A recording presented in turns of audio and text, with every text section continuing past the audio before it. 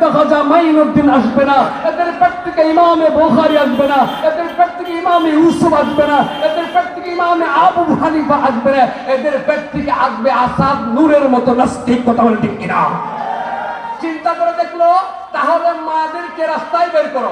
Success হয়ে গেল, সংক্ষিপ্ত আলোচনা, সাকসেস হয়ে গেল। 3 নাম্বার সাকসেস, তো মুসলমানের বাচ্চাদেরকে মক্তব থেকে ঘুরাইয়া ইউরোপীয় কালচার, পশ্চিমা সংস্কৃতির শিক্ষা, কিন্ডারগার্টেন নামে, কেজি স্কুলের নামে আবিষ্কার করো, মিথ্যা শিক্ষা ঢুকিয়ে দাও, তো কোরআন থেকে তারা দূরে চলে যাবে, অটোমেটিক নাস্তিক হয়ে যাবে। আমার কথা বুঝে আসে নাই? আসছে। এই জন্য ছোটকালে আপনারা ঘুম থেকে উঠে মক্তবে যাইতেন, কথা ঠিক? মক্তবে যাইতেন না? কথা কি ঠিক? এখন কই যায়?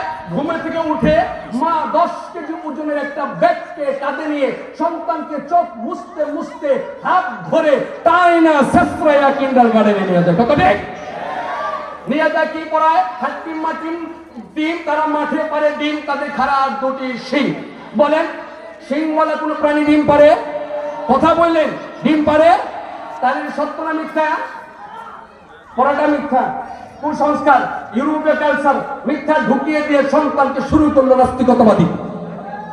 আর বক্তব্যে যাইতো কি পড়তো?